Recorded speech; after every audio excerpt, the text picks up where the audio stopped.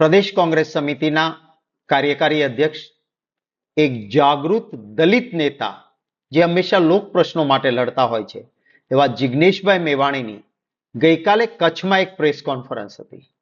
આ પ્રેસ કોન્ફરન્સને અવળા પાટે ચડાવી દેવા માટે સરકારના ઈશારે સંપૂર્ણપણે એક ખોટી ફરિયાદ દાખલ કરવામાં આવી. મારો પહેલો સવાલ એ છે કે આઈબી જે છે, ઇન્ટેલિજન્સ ડિપાર્ટમેન્ટ છે, એનું કામ રાજકીય નેતાઓની જાસૂસીનું નથી. એમણે આંતરિક સુરક્ષાની ચિંતા કરવી જોઈએ. રાજ્યમાં આટલું બધું ડ્રગ્સ આવે છે, દારૂ વેચાય છે, રોજ ગુનાઓ બને છે, એના બદલે રાજકીય નેતાઓની જાસૂસી માટે આ ભાજપની સરકાર અમારી પ્રેસ કોન્ફરન્સમાં, કાર્યકારી અધ્યક્ષની પ્રેસ કોન્ફરન્સમાં શું કામ હતું આઈબીનું? શું આ કોઈ આતંકવાદી માટેની પ્રેસ કોન્ફરન્સ હતી? ન જવું જોઈએ. અને ગયા પછી સંપૂર્ણ ખોટો કેસ કરવાનો. સંપૂર્ણ વિડીયો અને હકીકત જોઈએ તો કોઈ ગુનો બન્યો જ નથી, બની શકે એવી ઘટના જ નથી. અકસ્માતે પોતે જાળવણી રાખીને ખુરશી ક્યાંક આડીઅવળી થઈને બેસીને પટકાય અને પછી એક એવી વ્યક્તિ ભાઈ શ્રી હરેશભાઈ શિવજીભાઈ આહિર, એક યુવા જાગૃત આહિર સમાજનો યુવાન, જેણે હંમેશા લોક પ્રશ્નો માટે લડત ચલાવી. આ એ જ એચ.એસ. આહિર છે જેણે કચ્છના મીઠાના અગરો ખૂબ ગેરકાયદેસર રીતે મોટા પાયે અપાયા છે, અને એમાં હર્ષ સંઘવી રાજ્યના ગૃહમંત્રીનું ઇન્વોલ્વમેન્ટ છે, આવી વાત કરી હતી. એટલે શું તમારે કેસ કરી દેવાનો છે એના સામે?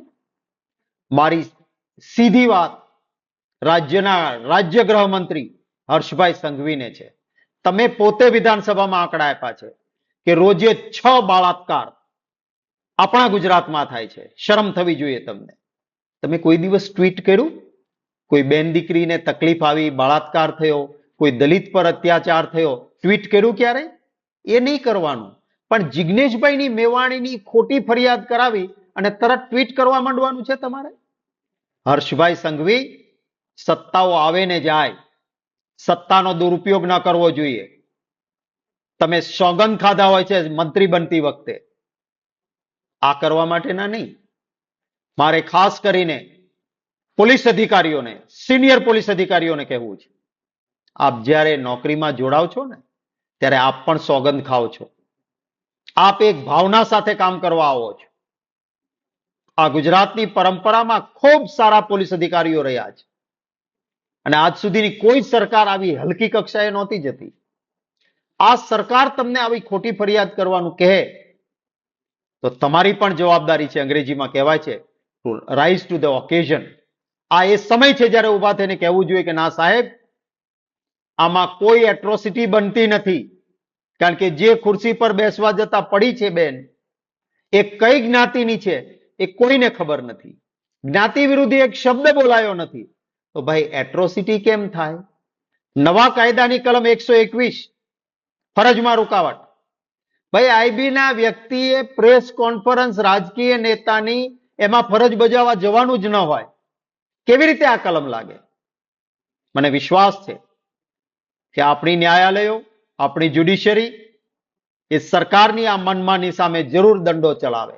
હું આશા પણ રાખું છું, અધિકારીઓ પાસે પણ અપેક્ષા રાખું છું, અને તાત્કાલિક આ કેસ રદ થવો જોઈએ.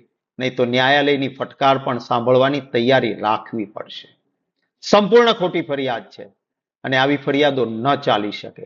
આઈબીએ જોવું હોય તો પહેલા જોવું જોઈએ કે આ જે રાજ્ય ગૃહમંત્રી હર્ષભાઈ સંઘવી જેની સાથે ગળે મળીને ફોટા પડાવે છે એ ડ્રગ્સમાં પકડાય છે. ભાજપના નેતાઓ જેની સાથે મિલાપણું રાખે એ નીટની એક્ઝામમાં પકડાય. રોજે રોજ ગુનાઓમાં ભાજપના વ્યક્તિઓ પકડાય છે. આની માહિતી આપો ને ભાઈ આઈબી વાળાએ પણ. આઈબીને પણ કહું છું કે તમારું આ કામ નથી. સરકારો આવે ને જાય, સરકારના નહીં. આપ જનતાના પ્રતિનિધિ છો, જનસેવક છો, એ રીતે કામ કરો એવી અપેક્ષા રાખું છું.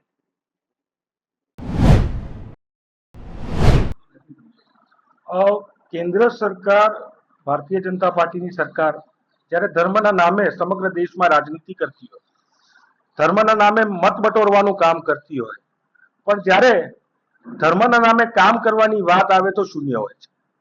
હાલમાં જ રાજ્યસભામાં પૂછાયેલ એક સવાલના જવાબમાં કેન્દ્રના મંત્રી ministry of culture and tourism દ્વારા જે આંકડો આપવામાં આવ્યો છે, જે અહેવાલ આપવામાં આવ્યો છે, જે જવાબ આપવામાં આવ્યો છે, ચોંકાવનારો છે.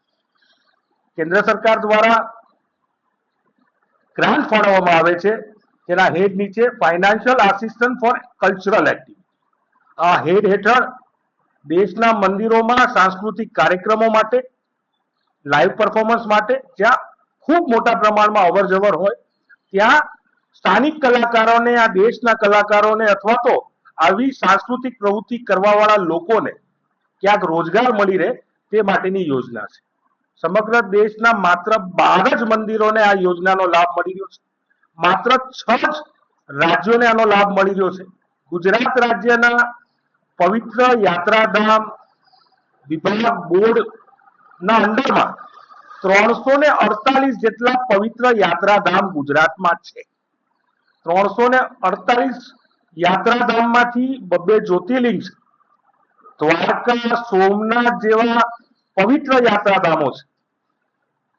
જગદંબા અંબાજીનું તીર્થસ્થાન અંબાજી, પાવાગઢ મહાકાળી માનું તીર્થસ્થાન, જેને શક્તિ સ્થાનોમાં જેમનું સ્થાન આવેલું છે, આવા 348 તીર્થધામો ગુજરાતમાં હોવા છતાં કરોડો રૂપિયાની ગ્રાન્ટ એ બીજા રાજ્યોને અપાય પણ ગુજરાત રાજ્યને ન અપાય. ગુજરાત રાજ્યના મંદિરોને ન અપાય. ગુજરાત રાજ્યના સનાતન, કારણ કે હવે શ્રાવણ મહિનો શરૂ થવાનો છે અને આપણા ગુજરાતના યાત્રાધામોમાં મોટા પ્રમાણમાં ભાવિકોની અવર જવર રહેશે.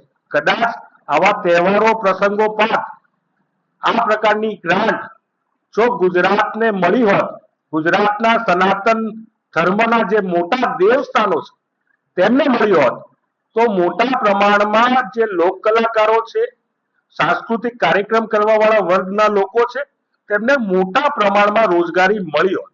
પણ આ સ્પષ્ટપણે જેને કહેવાય કે કેન્દ્રની ભારતીય જનતા પાર્ટીનો સનાતન ધર્મ જોડે અન્યાય છે અને ગુજરાતની જનતા જોડે, ગુજરાતના સનાતન ધર્મોના પ્રતીક એવા દેવસ્થાનો જોડે ગંભીર અન્યાય છે.